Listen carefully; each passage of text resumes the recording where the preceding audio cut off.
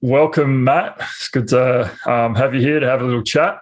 I guess we'll start off by introducing you, and then we had a chat about this the other day, and we sort of said we just wanted to make it a bit organic, and we haven't really got anything planned for the chat. We'll just see how it rolls. Welcome. Thanks very much, Lee. It's awesome. It's awesome to be on here with you. It's good to see you in, I guess, somewhat face-to-face. It's been a while. Yeah. We've been trying to catch up for a while. So it's good to have a little chat now. So first and foremost, you are a husband and you are a father to Grace. If I get any of this stuff wrong, just jump in. I'm just introducing you from what I know about yourself. Do you have any siblings? I've got two. I've got a younger brother. He lives here in Adelaide, just on the other side of south of Adelaide, and he's out north. And then I've got an older brother, but he lives in the States. So he's lived in Minnesota now for the last 11 years. Yeah. Okay. Yeah. Right. Yeah. So we stay, thankfully, I think because of things like Zoom and Facebook and that sort of thing, we are able to talk pretty regularly. We probably speak a couple of times a week, because usually he's on his way home when I'm on my way to work. So that actually works quite well. So when you can get those time zones worked out like that, can work out well. Yeah, it does. Yeah. Cool. So your brother. Excellent. I've just got this written down here. So correct me if I'm wrong. So you're sort of working with the program coordination with the military and emergency services personnel. Is that sort of a good way of describing what you're doing right now? That's probably the easiest way to describe it, Luke. Cool. Yeah. Well, we can get into that a bit further if we get to it. And I've also got down for you, I see you as a mental health advocate, especially within the emergency services sort of first responder area, and doing lots of stuff in that area. Public speaker, I've actually been involved and actually got to experience you giving a talk about your story, and it's super inspiring, and I want to get into that as well. Sure. Yep. You also mentioned you're a board member for some organisations. What is that for? So it was one in particular. So it's the Lived Experience Leadership and Advisory Network that's here in Adelaide. And so they kind of, I guess the best way to describe them is more sitting at systemic and cultural change around ensuring those that I guess are having to navigate mental health challenges in particular have a voice. And they're really about just amplifying that voice into, so when I guess you think of government legislation that comes out that might be, I guess, impact in some way a community. Often the community doesn't have that direct consultation, but then beyond that, really involved in a co-design and a co-production of what impacts legislation and things would actually have.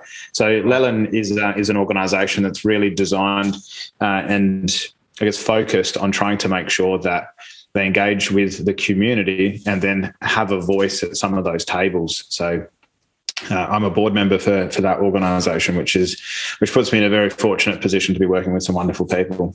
Yeah, well, I can't think of a better person to be in that position with your experience. Thanks, so, yeah, it's great. Yeah. And you're also now a co-author of a book. Yeah, that's true. Yeah. So just keep adding things as I think opportunities come up, Luke, and you just kind of say yes, I think, to stuff. So that was a really fortunate opportunity. So there's a book, it's volume 3. So it's 3-part series of these books, stories to inspire others. And so the primary author, Jazz Rawlinson, has put together a collection of 10 people per book, and I was fortunate to, I guess, make the cut for the third book. So there's my story in there, a small part of it, and then there's 9 others as well that have got some pretty powerful stories to share. Hopefully, just giving people, inspiring people, with some other stories so that they can live with some hope. Yeah, that's great because, like I said, your story has inspired me in a bunch of ways, and love to sort of talk about that as well. So just to plug the book, I've got it down here. Correct me if I'm wrong. It's at Jace Rawlinson, JASRAWLINSON.com. So where you can get a copy, Reasons to Live, Volume 3. That's the one. You got it. Awesome. That's great. Yeah. Very cool. So I'd love to get stuck into your story. One of the things with men's work is one of the president actually of the Southern Men's Gathering that we got coming up. One of his big things is Ben's his name, and he talks about leading with story and how powerful it can be, one, to share our own story, but also to listen to other men's stories and how impactful that can be. So I'd love for you to sort of share your story. For me, there are so many layers to it. There's so many things that I get out of your story. Just the courage that you have to share the story and the vulnerability that you show to share your story.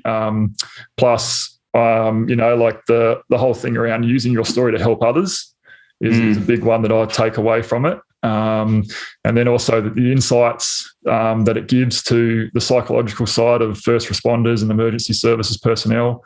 And then also, the insights to depression and suicide and that type of thing is, to me, there's so many things to your story. So, I'd love for you just to kind of share whatever you feel like sharing today, and I might jump in and ask you a few things as you go. But the floor is yours.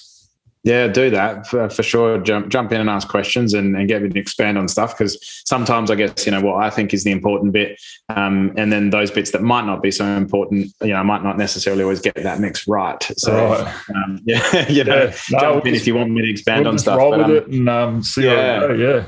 Yeah. Well, and I love really what you sort of touched on there with Benny when he talks about connection through story, because I think it's so valuable. And the fact that we opened up with a few of the different things that I do, and a couple of the different titles that I might have as well. And I guess on the outset, in a short 1 or 2 minutes, it sounds like there's all these things. That's people would start to have a perception as to who I am based on some of those labels. And I think that's generally society. And in my experience, men in particular, if you were to say, well, introduce yourself, often it leads with what do you do for work or something similar. So, I think when we start actually going into story, though, we realize that it is a bit of a leveler. So I know that I have a story and you have a story, and obviously I know a bit about yours as well. And likewise, there's inspiration, there's connection, there's there's a human leveler there that occurs, that they're not necessarily all of these things. You're just another human being that's trying to connect. So for my story, I was a police officer from 2006 until 2016. So I did 10 years in, and I think so for me, I wanted to be a cop since I was very little. From 4 years old, I wanted to be a police officer, and so during school, it was all geared around joining the police and making sure my records, all my subjects, I should say, that I tried to study were all geared towards this, making sure that I had a really strong application.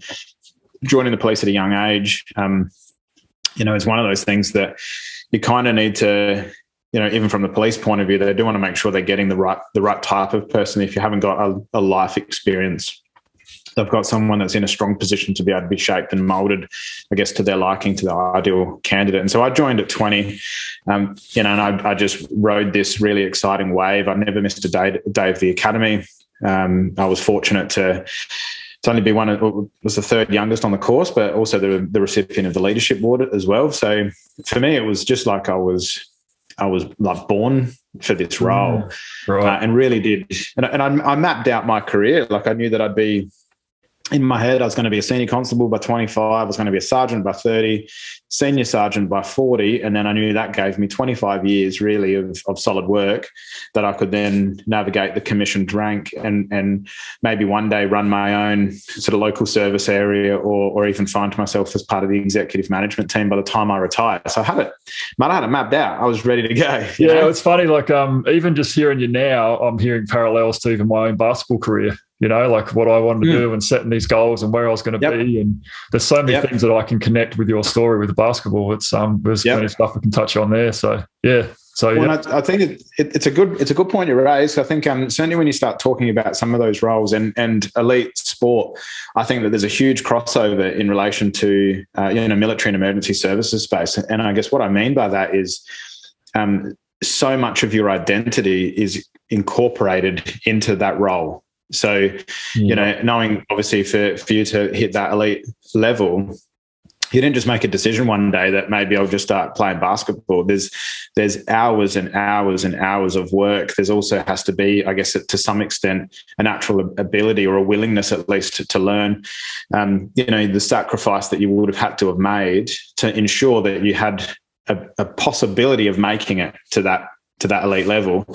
And then once you don't have that role anymore, then it's like, well, shit, who am I? Yeah. So I think... Well, that's something I'd love to touch on as well, maybe whether we do it now or later on, but because obviously there's this whole story that you've got to tell, and it's sort of at the other side of it, because you're not a police officer anymore, and that's, I'm not. a lot to talk about. But there is that whole identity wrapped up in who you are. And it's the same being a police officer or being an athlete. It's kind of like, and I notice it within myself, but also with others. So when I speak to others, and you mentioned it before about the perception of what it is that you do makes who you are.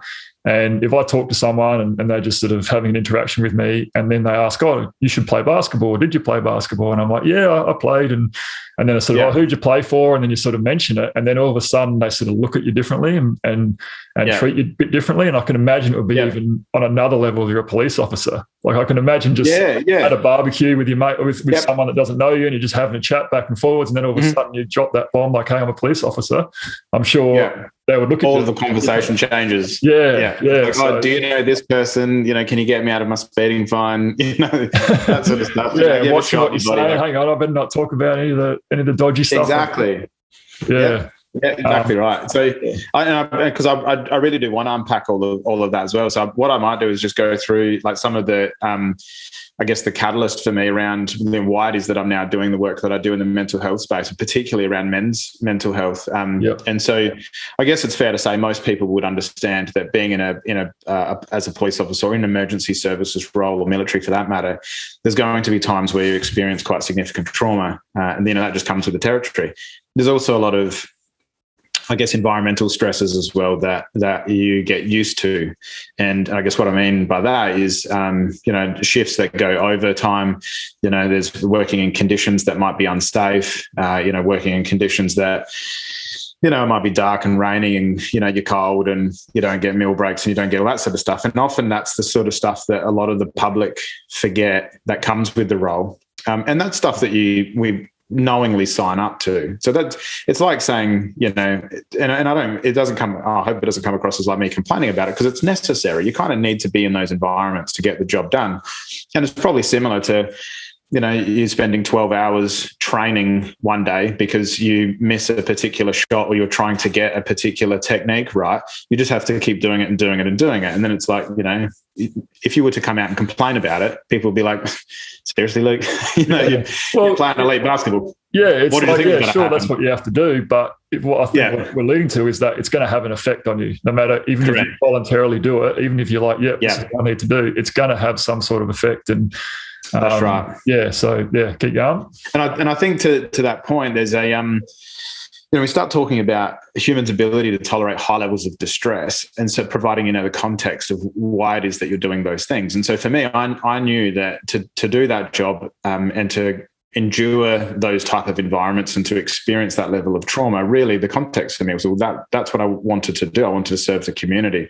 I wanted to, I guess, leave a legacy of some description as well, of the place being a little bit better than I guess how I found it. So the meaning and purpose that came with that identity were really strong. And so that was the context and why it is that I would gladly go along with these things. But over time, I realized that emotions got in the way. They got in the way of me doing my work, because you couldn't necessarily feel scared, feel sad, whatever. The only emotions that really served me were probably fear, which you could turn into anger, and anger then you're able to get into getting the job done. But then that just really shut me off completely. And when we were also considering working in an environment which is heavily, I guess maybe one of the alpha male type environments, and again, there's probably a lot of crossover here for elite sport, is that you don't want to show any sign of a perceived weakness, because you're wanting to maintain that high level. and wanting the team around you to believe that you're able to step up to any challenge that's there, and to kind of maybe, take a knee and say, look, and I'm struggling a bit here. That's not really conducive to a strong and a good reputation, maybe, or a good career. And these are all just perceptions, though. It doesn't necessarily make it real. Yep. So they're self-imposed perceptions.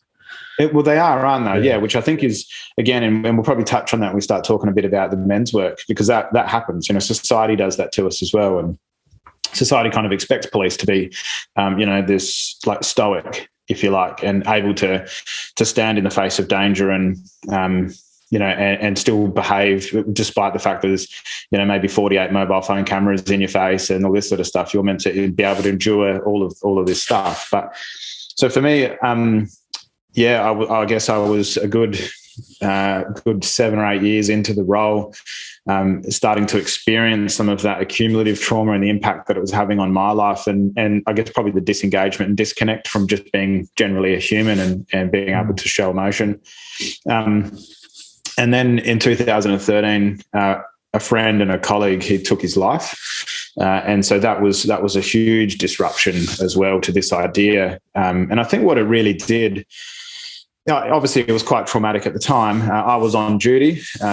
He was off duty, but then I had a job to do then. So that, I think, was another big thing. And we see that disconnect of no longer you're just a friend. Now there's a role, and the role had to be a priority. There was a scene that needed to be managed. There was people that needed to, I guess, to be managed is probably a poor term, but it was just work that needed to be done.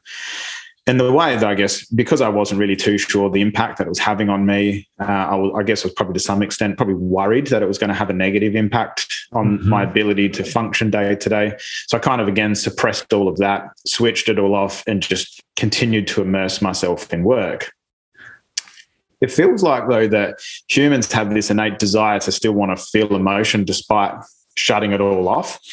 And so I found that this whole stimulus seeking was really my downfall, is when I started to look for emotions that could break through some of that stuff. And so I'd put myself in positions where I was more inclined to feel, I guess as a police officer, you're able to turn emotions on, or put yourself in positions which would invoke some pretty intense emotions. But they're usually fear is the easy one you can get, or anger. Again, you go, think about going to a pub, finding the biggest, angriest, drunkest bloke that's there, and you could start a fight pretty quickly, which can invoke a fair bit of fear. And so I was trying to chase some emotion to break through. So. Yeah. Well, I can imagine too, just you're talking about, your whole life you wanted to be a police officer, and you had all this stepped out, and emotions get in the way of being a top police officer where you want to get to. That's right. So you'll happily, I know I would happily just, give up emotions if that means I'm going to be a better police officer. And I can kind of relate that to basketball on a physical side of things where, I would get injured, and I would just be like, well, I can't afford to take a day off. I can't afford to not play. I'm getting paid good money from this club. I'm just going to keep playing. And the amount of long-term injuries that I have from playing through injuries and now how that toll's taken on my body. So I can relate that to the mental side of things. You have some sort of trauma or have some sort of mental trauma, and it's the same thing as having physical trauma. And if you don't look at it and treat it, it's just going to keep getting worse and worse, and it's going to flare up more and more in other ways in other areas. And I think, following on from that, it's really your focus isn't about you as an individual either. It's about the team. And so if I'm injured, whatever that might look like, mental or physical injury, but I'm worried that that's going to have a detrimental impact on the team. So I need to figure out a way of stepping up, pushing through, going beyond, so that I don't let the team down. And I think, that often comes at a cost to self. And it is probably a difficult conversation. And there'll probably be emergency services, elite sport people that might listen to this and go, yeah, but the team is the most important. And I would agree, team is extremely important, but the team can only be as strong as the strength of the individual players as well. And if you're coming out on court and you've got a busted knee, that can often be more detrimental to the team than sitting on the bench and letting someone in who might not quite be as skilled as you, but can put in the effort and can get you home, and might then take some mentoring from you, or or might work some extra skills with you. You can find your contribution to the team in other ways, but that can sometimes, providing you've got a safe environment, that you can actually unpack that as a team. And so again, if you don't feel like you're able to bring that to the table and say, look, I need to take a break, I need to take some time out. And I think to that point as well, sometimes it can be hard to know why it is that you need to take a break, especially when you think about, I guess, a police officer who's been in the job for 7, 8, 10, 15 years, however long it might be, and they've got a whole range of things that they're trying to deal with.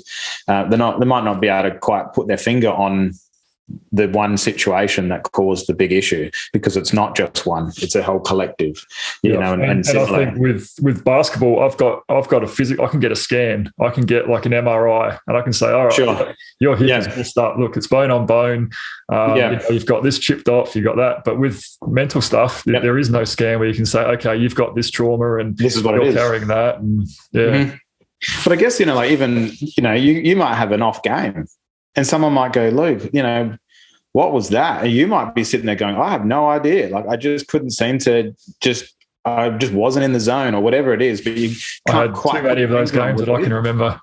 Yeah, that's right. Yeah. But then, you think about, like, you have a game like that, and I'm sure the fans will soon let you know about it. I'm sure that potentially the team or others might soon let you know about it. Certainly the other team's going to let you know about it. Yes. You miss those easy shots, that sort of thing.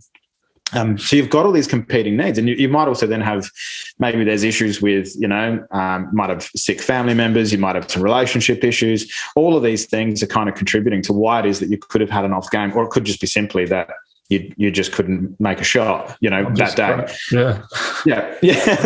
Could be not a very good player. No, it could just mean that you just, like, today's not your day. We all have those days. So it's like, no, today's just not me. And then you might play those same shots over and over again on the court when it's empty the next day training, and nail every single one of them. And like, that's just life. That's just life. But it doesn't mean that it doesn't come at a risk or at a cost.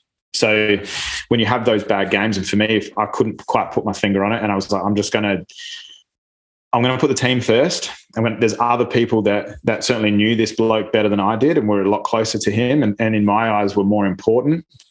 So for me, it was about trying to make space for them. But then I guess, it also questioned, why is it that I do this thing? So here's this job that I've wanted to do since I was 4 years old. And here's this guy who I held in really high regard, and still do, not only as a police officer, but just as a bloke. Like, he was just a really great guy. And it started to shape this perspective for me. And in no way, with his decisions and the circumstances that changed, like, it's not me going, oh, it was his fault, he shouldn't have done that, and I'd be okay. Not at all. I take full responsibility for my own thoughts and actions. But it was one of these things that I was like, well, how much difference can you actually make? Because here's this guy who's given so much, and he's sacrificed a lot and endured a hell of a lot to find himself in this position. I think I started to play this question in my head. Well, what's the point? What's the point of all of this? And so when you're already in a position where losing, like, identity is this, all I believed I was at that stage was a police officer. And now I'd lost context of why it is that I even wanted to be a cop. I didn't like the cop that I was becoming. And so it's this real, like, dark cycle of not quite being able to put your finger on it. Very poor mental health literacy, poor culture around speaking about issues, attitude of team comes first, I need to focus on them, so I'll put myself aside. And it just resulted in 2015, I was just spiraling out of control. So stuff at home went to shit. Relationship with my wife was disconnected, disengaged, same as with my daughter. I ended up going to a doctor. I got diagnosed with post-traumatic stress and depression, but I disconnected from that too. I was like, nah, I didn't go to war, so PTSD is not mine. Right. I'm not gonna minimize that. That's a real experience for soldiers, was my thinking. Yep. And I don't feel anything, so I'm not depressed. There was this real denial. So it took a lot. Like, for the psychologist, I was on and off seeing this guy, and he was trying to really just show me that the taking away the emotion side of it and was just trying to show me my brain wasn't functioning the way that it ideally would. And so that was still a process that I was like, nah, I disagree. And then it just ended up resulting in me doing some really dumb stuff at work as well. So in a position, can we just touch on that real quick? You talked about how you were at the doctors and they said you've got depression, and you said, no, I don't feel anything. How can I be depressed? I would like to touch on that, because that's something that when you said kind of really made me kind of look at depression in another light and realize, so I guess for me, depression was, you feel really bummed out. You feel crap about yourself. I would feel crap about myself. Like it's, I don't want to, obviously don't want to do anything, but this idea of like really brooding and horrible feelings and just like in a real dark space. But you're saying you were just sort of didn't have anything. So do you mind just sort of sharing a little bit about that? Yeah, I think it's a really interesting point. So I'm glad you sort of stopped me on that, because again, I just go, like here's the thing, let's just move on. But no, let's hold up on that for a minute. But so I think it's almost like there's a societal expectation that depression is laying in bed, unable to get up, hating either self or life circumstance, and maybe crying all the time and that sort of stuff. And you know what? All of that is true. For me, there was this. I guess there was like I didn't really feel day to day like I would still get up. If I had a job to do, I'd get up and I'd do it. I was able to sort of drag myself out of bed and sort of connect with the intention of at least the day. But I had completely disengaged. So I didn't feel, I think emotions weren't really a ready source that was available to me. I guess I had no real, probably the best way to describe it, I just had no hope. I just didn't think that there was anything good. So as much as, for me, like the outward expression of that emotion felt like it was absent. And I think it was still kind of there. I just wasn't giving space for it. I wasn't allowing it. But I just knew that day to day, none of the stuff that I was doing in my head, none of it mattered. Getting up, and I had this routine that I had to do, get up, go to work, maybe, pretend to like the family, like all these sort of things. And I was just I was starting to remove myself from that, to say, well, none of this is really meaningful. None of it is worth it. It's just a cycle. Get up, smile, wave, do the stuff, go back to bed, rinse and repeat. And that was the process for me. So I think, it's just really tiring, when you're going through your day. I certainly don't discount how hard it is then for those that are having the outward experience of not being able to get out of bed, or being, really tired, really down, really focused on maybe some of the stuff that's occurred in the past, and being caught up, like you said, brooding and really caught up in the emotion of it. That's also real too. Yeah. So there's this full spectrum of outward portrayal of this stuff. Well, I guess that's a good point. It's depression isn't one thing necessarily. It's not just, you have to be feeling this exact thing and that means you have it. It's a whole bunch of things, and there's lots of stuff wrapped up in it. And I guess that was an eye-opener for me with your story, was that there are, I had my idea of what depression is, but it's a lot different to what I thought. And I think, I don't know, I sort of hear stories of that, people saying they didn't realise they were depressed, or so that's super interesting. Well, and because I think some people we probably know, like the people that are listening probably can all think of that guy, and I'll say guy because we're talking about like men here in particular and men's work, and that guy that might have got to his almost like his deathbed, or certainly the end of his career, retired, just felt like he didn't really do what he was meant to do. Saying, I just did this job. It was kind of got through it. We stayed together because of the kids, or, a lot of those statements that we hear is really, I think for me, can sometimes be like you get in that position and just go, well, fuck it. I guess this is it. I'll just keep doing this cycle because it seems to be either one, the easiest, two, the thing that's expected of me, three, I don't really know what it is. So maybe I'm the problem, like there's a bit of that comes up. I can't name what it is that is wrong, therefore it must be, maybe there's nothing wrong, and maybe this is just life. You just need to suck it up and just get on with it. So there's a lot of those things. And you think, if you were to actually sit and confront some of the stuff that you might be going on, that can be really difficult to do. So sometimes it can be a bit of an avoidance thing that comes into play there as well. Or just even attaching to like a significant meaning to a particular title, but it might not be what you want to be doing. And I guess, for me, if someone was to offer me a job back now in the police, I don't associate that title like the same sort of regard that I had for it for myself. I don't feel that anymore. So I don't feel like I need to be that to prove to other people, like, that I'm a police officer, or, I guess in your case, I played basketball for these teams. That's great. And it's a really powerful achievement and an inspirational story, but that doesn't make Luke. Yeah. You are not your basketball career. That's just something you did while you were here, and I'm, I guess, in a similar position now as well. And so I've just met and spoken to some of those older blokes that were just like, oh, well, that was me. I probably should have done things a little bit different, but I've missed the boat. And, that can sometimes be how, call that depression, if you like. It depends on, it's like you said, it's a very unique personal experience. Yeah. Yeah. Yeah. Okay. So you're going through that. You're diagnosed. Yep. Well, you were diagnosed with depression from the doctor. You said, no, it's not me. Yep. And then, still kept going to work. So this was in January of 2015. I went and saw a doctor and I realized that things, I was just really disengaged at home and thought, something's wrong here.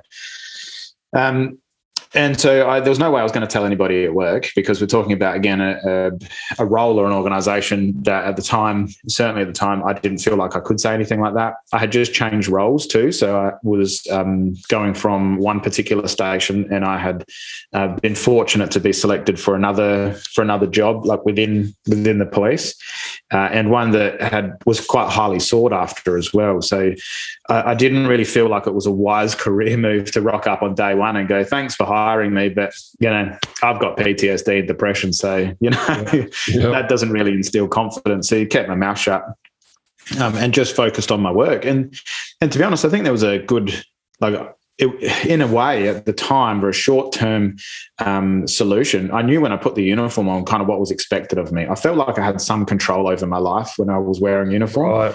And it felt comfortable.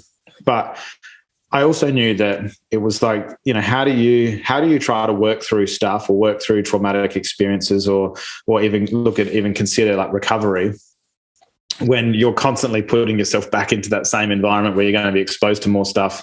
It's like probably just constantly hitting your leg with a hammer and going, the doctor says you just need to rest it. It's like, we'll stop hitting with the hammer. It's not going to get better while you keep doing it.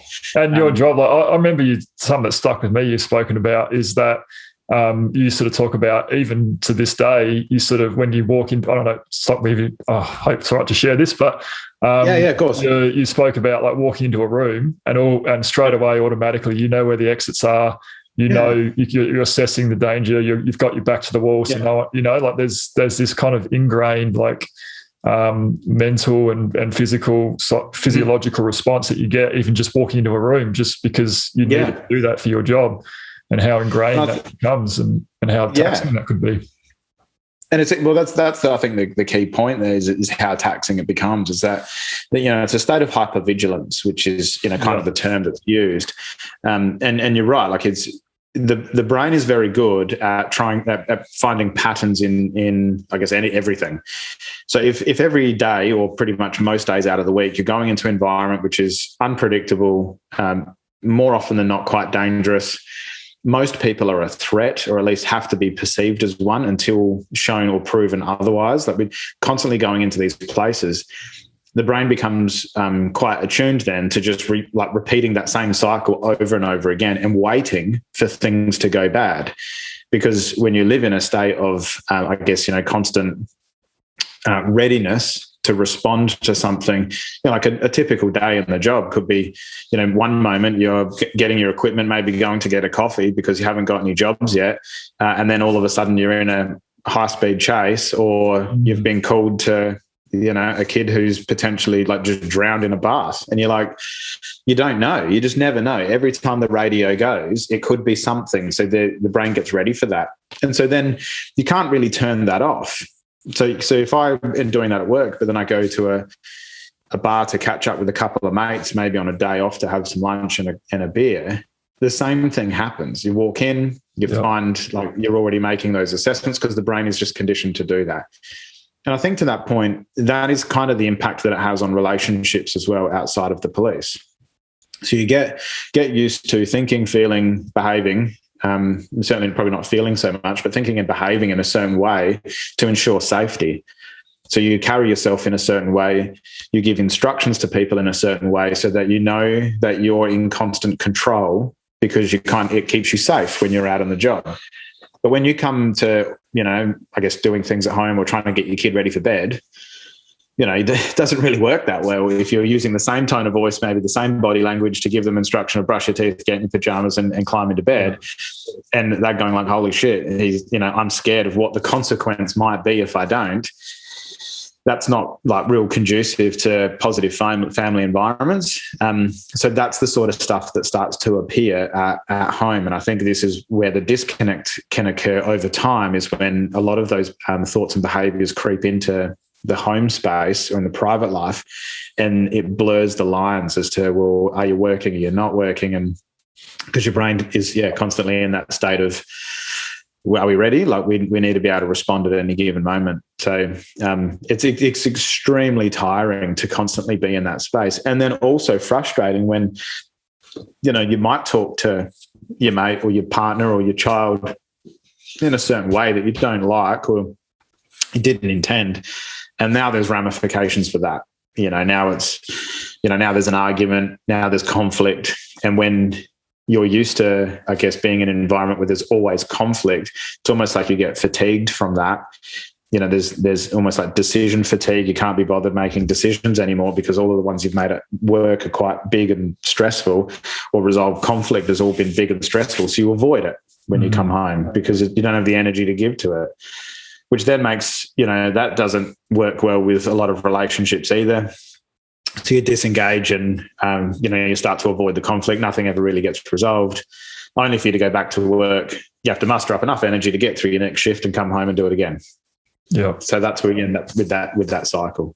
Yeah. So I think it's fair to say, for most police officers, and I think emergency services and military members would experience that at some point. And some are better maybe at picking some of those signs that for them and putting some strategies in place to support them and help them. Others, not so much. Maybe they just end up with a couple of divorces or failed relationships and think it's, that's just part of the job. And then I guess for others in some of those really bigger, more significant scenarios, we start losing people to suicide and, making some decisions around that of like just trying to almost escape that overwhelm. And that was really the case for me. I didn't really like who I thought I had become. I'd hurt a lot of people and then was like, I can't be here because if it seems like the longer I'm here, I don't know what is the right or wrong decision. I don't know how to maintain relationships anymore. I'm just a consequence of people's bad behavior. I turn up when shit goes wrong, and it just seems like shit goes wrong all the time in the community. So I don't really want to be that, that foot soldier of darkness, if you like. And so, it just become empty. So then that was talking about that. Do you mind sharing sort of how that came about and how you got to that point? Yeah. And I think, like when we talk about the loss of my friend and colleague, it started, I guess it's hard because I don't want it to make it sound like, that was the catalyst situation. And because, it kind of was, but there's also that accumulation of stuff that was going on around that. So at some point, whether it's that or it's, I've got other guys where they've just been, it's just that one last party that they've gone to tell them to turn the music down, and it might have ended up in a fight. And that's been it's almost like the straw that broke the camel's back type. That's it. Yeah. It's like, when you talk about your bucket getting full, like that's kind of it. You can only, put so much stuff in there before something falls out. You flip your lid and all of a sudden, you've got people doing like silly things. And I think that was the case. That was the case for me. It was like, well, I'm losing control of my life. I don't really know who I am.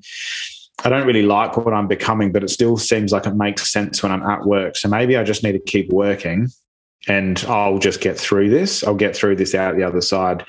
Didn't really have a community around me. And I think that's one of the big things that I talk about to people now is the importance of community. And I think one of the analogies I use, I show people, like a dying plant in a pot and go like, what's wrong with this? And often people are able to say, well, it needs water, it needs sun, it needs a bigger pot, it needs all of these things. And I say, well, how do you even know there's anything wrong with it? So you only know that there's something wrong with it because you know what it's meant to look like. So if I've never met you before, Luke, and I turn up today and we have this conversation, this is my baseline for you. Now, you might be in a really bad way, but this is all I know. So normally I'm clean shaven and I've got looking wonderful and bright and wearing a suit and exactly. So this is the thing, isn't it? It's like, how would I know that if I've only just met you? And so I say to people, like, don't underestimate the influence or the power that you can have just as a friend, as a family member, or even, it could be a colleague. When you're seeing people on a day-to-day basis, you start to get a feel for who they are. And you can only really get that feel for who they are through a deeper connection. It's asking about, their life and getting to know who they are. Then you can start to pick some of those slight changes in language. Maybe it's they stop, I don't know, turning up on time to things and they start dragging their feet. Maybe they look at, they do grow a beard and look a little bit disheveled, or that you find out they've just quit their job and, all these big things. What do you mean? I think this looks quite distinguished. It actually looks really good, Luke. Oh, thanks, mate. Yeah, I don't know if it's a filter or something, but whatever it is, keep doing it. Yeah. But that's the thing, So for me, I think because I didn't really have a community, if you think, I had just changed jobs, so I just was around a new group of people. The nature of the work means that I didn't really have any friends outside of the police. And usually as well, like the guys that you work with are generally, they are your friendship group. So if you are going out for coffee, you're often going out with them because not everybody is available on a Tuesday morning at 10 o'clock or, most people are working a 9 to 5. So they become your family, and that's okay too, because when we work alongside them, we have to trust each other, with our lives. So and I need my my colleagues' family to trust me that I'm going to look after them as well. And so then I think when you start this new role, and now there's like they've just seen this new zero. So when I started at this other position, I had already been, I think around the time, either had been or just about to be diagnosed with PTSD and depression. So what they saw was a zero baseline. But that being said, I still presented really well too. Like I was on top of my game. I was there early. I was there late. I was doing all the extra jobs. I was trying to earn trust. I was trying to, show them that I could be a trustworthy team member. All these things. So I didn't really have anybody else that was going, hang on a second, that plant looks like it's dying. It might need a little bit of maybe the environmental factors that are occurring for it is contributing to the reason why it's starting to wilt and die. And so I think, for me, going through 2015 and having a number of contributing factors, around what was going on in my environment, what was going on internally. And I think when we start talking about self-accountability and self-responsibility, it's difficult when you don't want to step into a space of learning or knowing. And so I didn't want to know if I was, when the doctor said, oh, you've got this, I was like, no way. I don't have space for that in my life. Yeah. That could be a career ender. So I'm not allowing that in. So I didn't want to explore that. I didn't want to look at any of that. So therefore I just continued to, as the wilting pot plant in the corner, I stayed out of the sun. I, didn't get any water, didn't get any nutrients. And at some point it got to, that was that plant that just went, oh, maybe it's just easier if I just, stop trying so hard to stay alive and just check out and be done with it. So I think that being said, we start chasing some of those, when you're sitting in this space, you're looking for stimulus, looking for some sort of injection of life, whatever that might be. And it's pretty common, particularly with like post-traumatic stress. It's pretty common for people to go look, there might be, some people find it maybe in healthier ways, like, buying a motorbike or, abseiling and that sort of stuff. Others, it can just be like real serious risk-taking behaviour, throwing yourself out of a plane. A lot of addiction stuff comes into play as well, like the escapism. So it could be alcohol, porn, drugs, all that sort of stuff, just really trying to escape. And just often leads to poor decision-making, which was ultimately mine. We came in, without boring people with the ins and outs of the job, we ended up coming into possession of a baseball bat while I was working one shift, came back to the office. I believed I was too efficient, so I didn't want to follow all of the correct procedures. So we kept it just floating in the office until we could return it back to this person, and then made a foolish decision to keep it. One of the guys on the team went to anti-corruption branch and said, this guy's, I think because it was just kind of team banter, unbeknownst to the rest of the team, I had bought into it. And probably a day or two after I decided, I'm going to keep this. I don't really know why. It makes no sense. But he went to anti-corruption branch and said, I reckon this guy's serious. And about a week or so later, I was arrested by 2 detectives. That was the 7th of August, 2015. And that was the second day that year that I had thought, I'm probably better off just killing myself. Because now I'd thrown away all of this identity. I wanted to be a cop since I was 4, like I said, and now it was gone. And I knew that it would be gone, regardless of how I came back. So you were arrested for holding on to evidence. Is that what it was? Yeah, well, so pretty much. Well, like when it's all said and done, it was still keeping or taking the bat from this person. Now, she hadn't actually committed a crime, but you don't really hang out with at a bus stop late at night with a baseball bat. And so the intention initially when we first came into possession of it was we knew that we would see her again. She was involved in some other stuff. We thought we'd just give it back. I'll keep it in the office. Next time we go out, we'll give it to her. And then I was like, no, for some reason I thought, no, this would be I'm going to keep this. This will be my bat. So that's it. I took it from her. I didn't have any real authority. She didn't give me permission to keep it. And I should have booked it into property as basically like a found item. We knew who the owner was and would have to return it later. But then once I got wind of the fact that, he'd been to anti-corruption branch, I just disposed of it and was like, fuck, I'm in trouble. I need to get rid of it. And so that, again, just compounds the foolish decision-making. So then when you find yourself then in this like, holy shit, I just need for all this to blow over. It's just, and I promise I won't do anything wrong again. Well, it's already sort of too late for that sort of stuff. So I was arrested in the end for aggravated theft. So the level of aggravation is that I was on duty when I took the bat. So I wouldn't have come into possession of it had I not been in uniform. She wouldn't have just handed it over. Like if you rocked up as a member of public and said, hey, can I take that off you and I'll give it back to you in a week's time.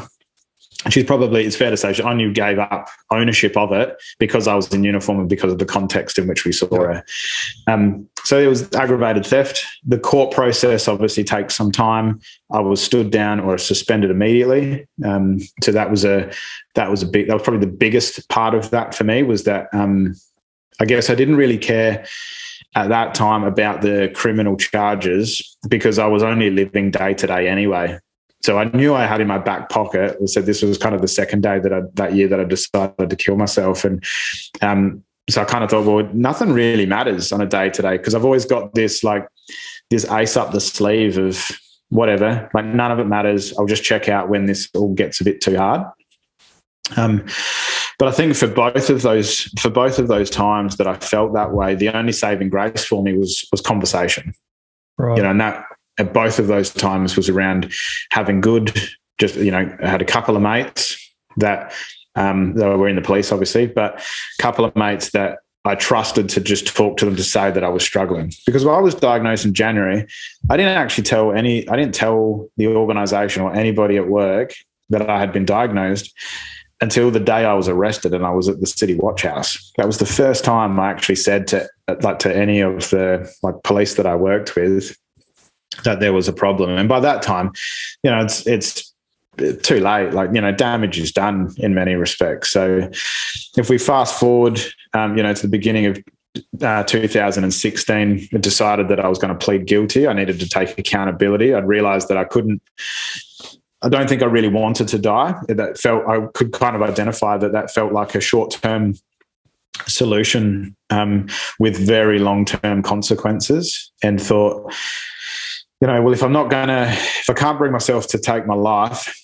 I'm not going to live this life of just sitting in limbo. That just didn't sit right for me, of just not knowing, what each day would bring. I didn't like the way that I thought about myself. I just didn't like any of that. I thought, I can't live like this. I started just to make a conscious decision that I needed to start to do something to get my brain operating differently.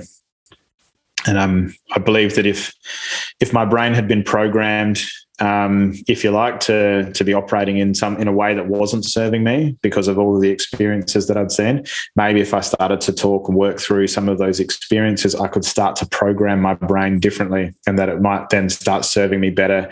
I could start feeding it optimism, hope, inspiration from others. And I just started to immerse myself in videos and stories, and just watching YouTube and just hearing other people's stories of what they've had to endure or what they've had to overcome, and still found a life of meaning and purpose. And I was like, yeah, I could do that. I don't know what that looks like, but I was able to go, no, I want to be like, this is the man that I want to be.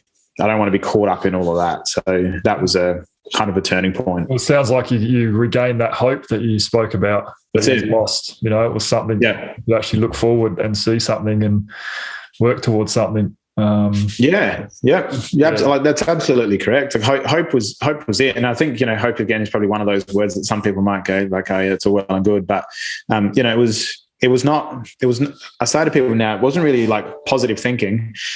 There was more optimism, because life was really difficult in that time. And so to think positively during that time was near on impossible, because, especially at the beginning of 2016, by the middle of 2016, I'd been sacked, and the courts had decided to convict me for the theft as well. So now I'm a convicted ex-cop.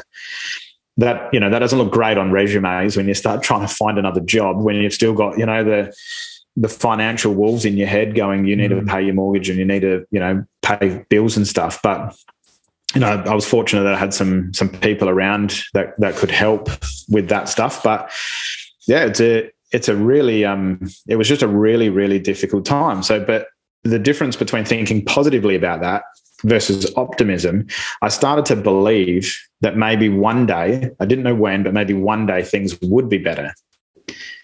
If I was able to work out what would be better meant, like, how would I know if I've got there? And this is when we start talking about definitions of success. How would I know? If I was able to wake up each day and not feel like, suicide was an option, if I was to wake up each day and feel like a connection with my wife and daughter and had like a community around me, felt like I was living a life of meaning or purpose, like that to me would be, I would be okay with that. Like that felt like it was going to be my success measure. So then I was like, well, how am I going to do that then? How do you do that on a day-to-day? Because I can't just sit on the couch, play PlayStation and think, oh, one day things will get better, without actually taking some action. And again, it comes back to that self-accountability stuff. So if I continue to read, continue to watch, I continue to talk to people, I continue to build my community, I tackle head on the issues that I've got, the trauma in my head, the negative self-talk. I challenge a lot of the cognitive things that were occurring and start to work through those. Then one day shit has to swing back in my favor. It just, it's only a matter of time. And that was then the daily ritual was, it started with routine. Well, can I take you back a bit? And you said that, when you're in that state of, you just lost your job, or you're going through all that stuff, or potentially facing losing your job and your identity and all that. And you said that, you sort of hit rock bottom, and that's when you're looking at taking your life. And I heard you say that the thing that kind of changed it was communicating it and talking to others and saying that you hadn't told anyone.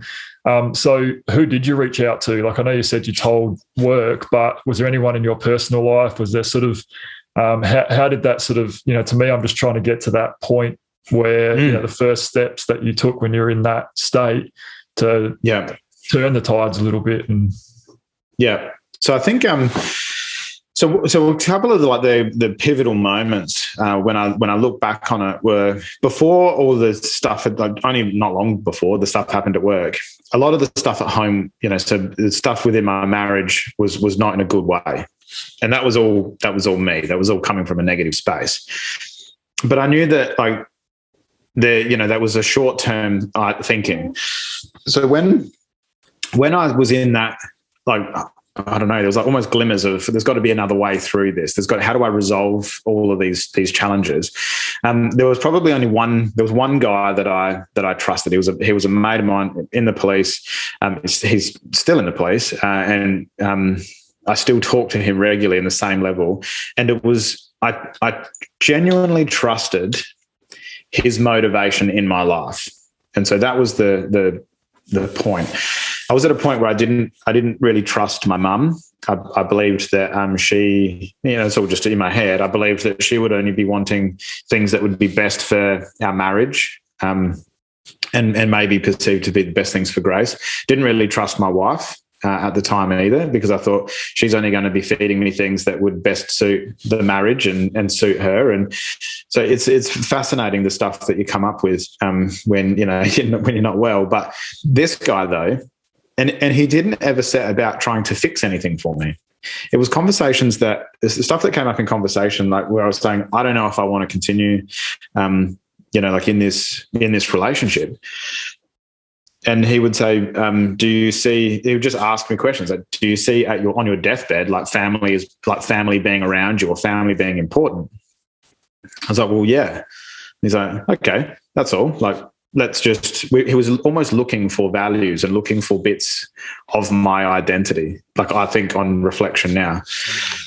So it was from those conversations that I would have with him, and they would be like on a daily basis. And there's a lot of credit that I give him and another friend who had similar conversations about that, because these guys, I'd be at their house like daily, or they'd be on the phone to me every single day, making sure that I had just something to get through that day and to the next.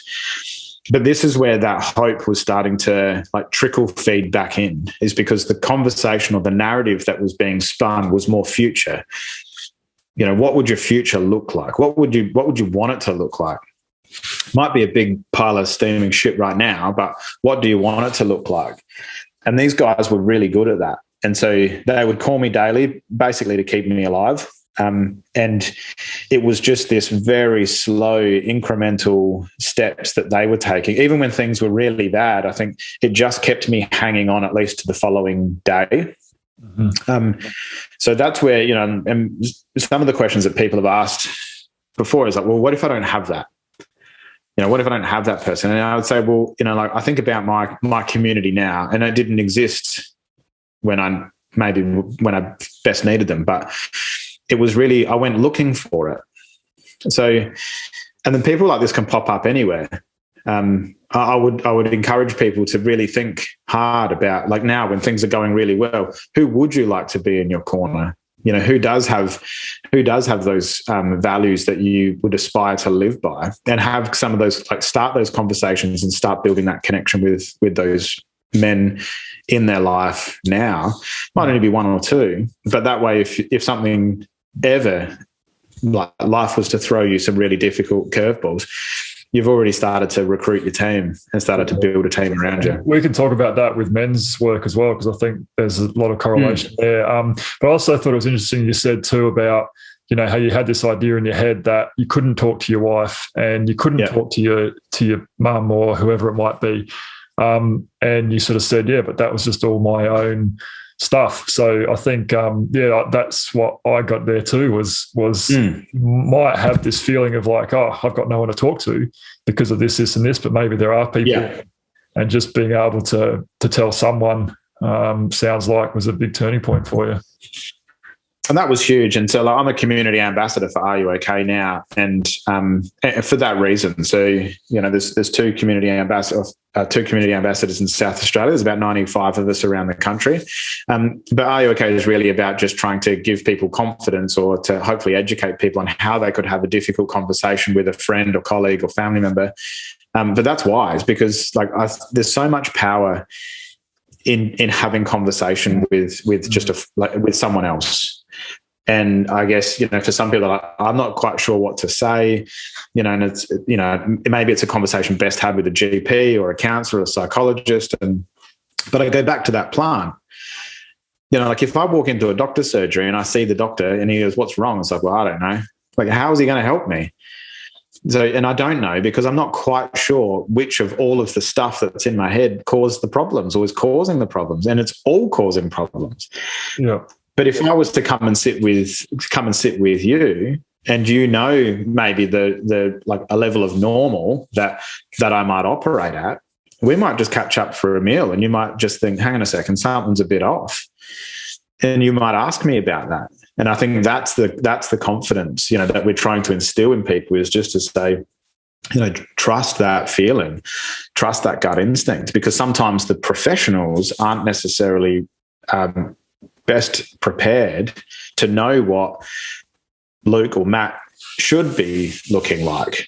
And so there can be a disconnect there. So I think that we as a community, and so I thought, well, if rather than try to be this little pot plant in the corner, I need to grow a fucking forest around me. I need like an ecosystem that if I'm not necessarily like pulling my weight, there's a level of accountability then. Like I've got a role to play in my community. Likewise, everybody else in my community has a role to play in my life too.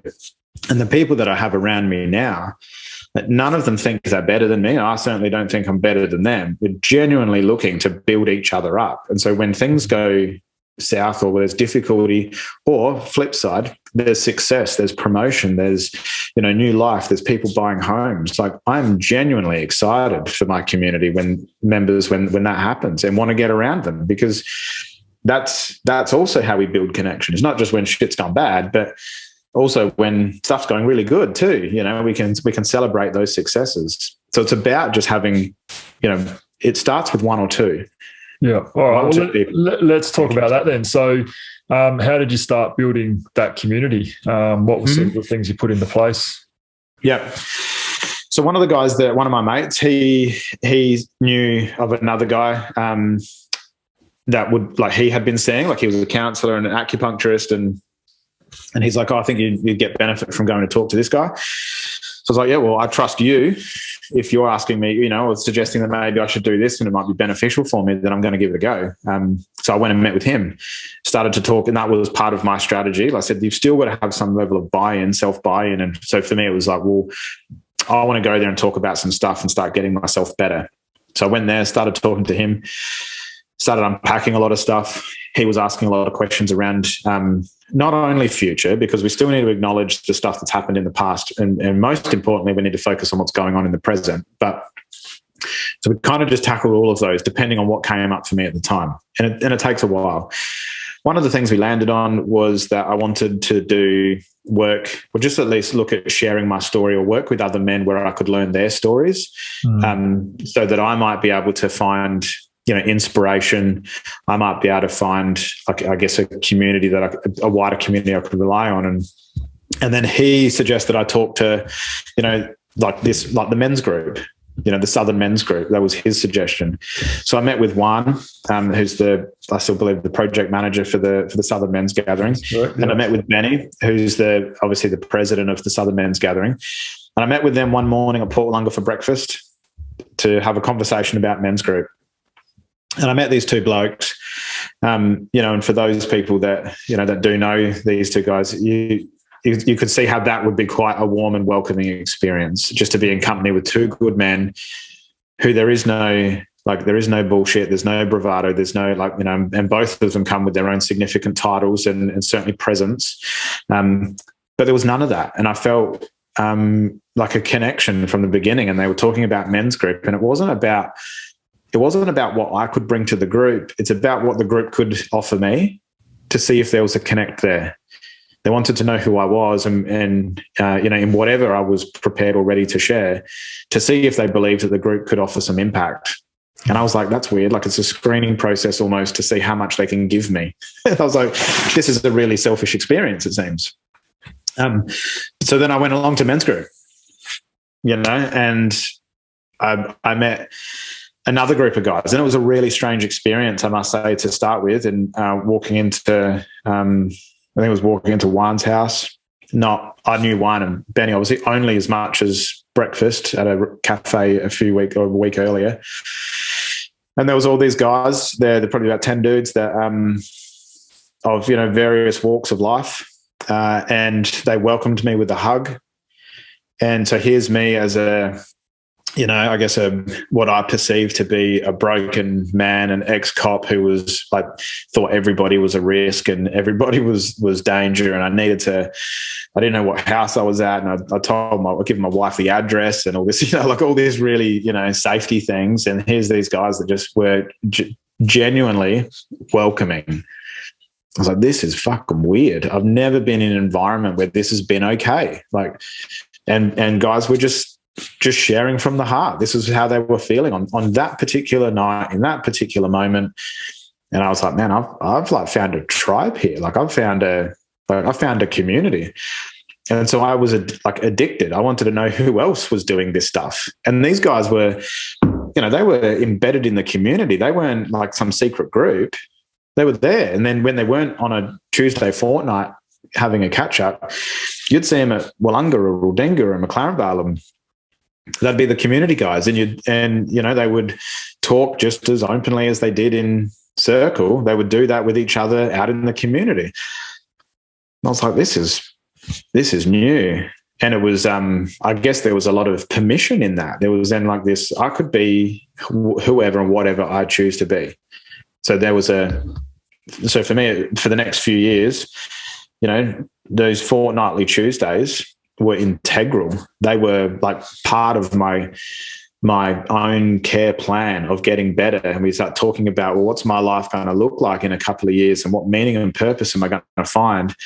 Those daily rituals, accountability, turning up at men's group on a Tuesday fortnight. And, Lyra would be, my wife would just be like, out you go. Even those days that I didn't want to go, they are the days that you need to go. That's right. Yeah. And there's been a few where I've like sat out the front of the person's house and just gone like, I don't know if I can do this. And you muster up, I mustered up just enough to get out the car, get in the door. And then as soon as you're in the door and you're welcomed with a hug and a coffee or a tea and just a genuine connection, it's like, oh God, like, what was I thinking? Why was I doubting this? Yeah, it's funny. My experience was very similar. And I think, when you spoke about just walking in and just being accepted for who you are, is really, quite liberating. For me, I spent my whole life in basketball teams and around groups of people. And when I didn't have that anymore, I was sort of a bit lost in a few ways, but the first time I walked into the same thing, the men's group, and it's just kind of like, all right, here I am, and whoever you want to present yourself, it's fine. Like we accept it. We accept all of it. Yeah. And that did take a while to sink in as well. I resonate with that big time.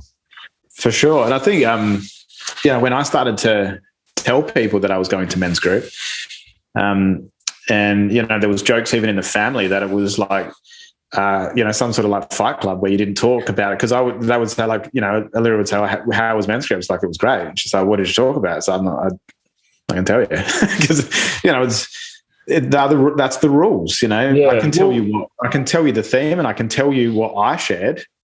Yeah. But, that's it. And so, I would say the topic or the theme for the night, open heart sharing, maybe it was, we're talking about marriage, anger, whatever, like pick a theme, whatever it was. I could say, so this came up for me, and I would talk about my own personal experience. And I think that is the beauty of men's group, is that it's all that, all the men that are there. It's not about like, Luke shared this. He said that he had this issue. It's not that. It's quite the opposite. So it helped me too to be able to start to articulate and share my own story, because there's all these guidelines around which I'd like to touch on if you've still got time. Yeah, for sure. Yeah. These guidelines to help create that safe space that you spoke about. Yeah. The feeling of I can share these things and I am accepted. One of them is that whole thing of talking from the eye. Like, this is my experience. This is what I feel. This is how I experience life. And there is no kind of like response. So if you say, "Oh, I felt angry and I felt this and that," it's not like me turning around and being like, "Well, Matt, have you tried to take 10 deep breaths before you respond?" That's right. I think you need to do that. And just that whole space of being able to just share what's going on for you without worrying about anything else is quite liberating. Well, I think it's probably a really important point to touch on, especially when we, hopefully some of the people that might be listening to this are considering coming to the Southern Men's Gathering, this year or maybe in years in the future. And this could be their first sort of exposure to some of the men's work. And I can certainly connect with how some people might be reluctant to get involved, thinking it's, I don't want to be too vulnerable. I don't know what people are going to do with my story. I don't know these people. And as much as it's, genuine and welcoming, caring and space, it's a good point you raised. There are some expectations, and there's some certain rules and guidelines so that we can make sure that each man's story is theirs and stays theirs. But that also means you have to stand in it, which is similar to like those I statements. And I share that with a lot of people. I will only ever be able to speak from my own experience, but by doing that, by saying, I think this or I feel this, means that I have to take ownership with whatever comes out of my mouth next. If I say we and try to hide behind a collective group, maybe it's men, maybe it's my work, whatever, we feels like I don't know, there's sometimes a bit of safety in that. You could almost suggest that I don't think so, but we think this. But I think when you start talking, like you're saying, I believe this, or this has been my experience. You talk about a certain situation, maybe the theme for you, I said, is anger. I'm not ever going to pass judgment on you, and no one else in the circle will either. We'll just acknowledge it, we'll hold space for it, and then when it's my turn to speak, or maybe I've got something to contribute, I contribute from my own perspective. I think that's the beauty of, we start talking about Southern Men's Gathering. You bring yourself, you're welcomed in any way, and what's said there is yours. And it's not any other man's story to share or to weaponize against you down the track. And that's pretty sacred.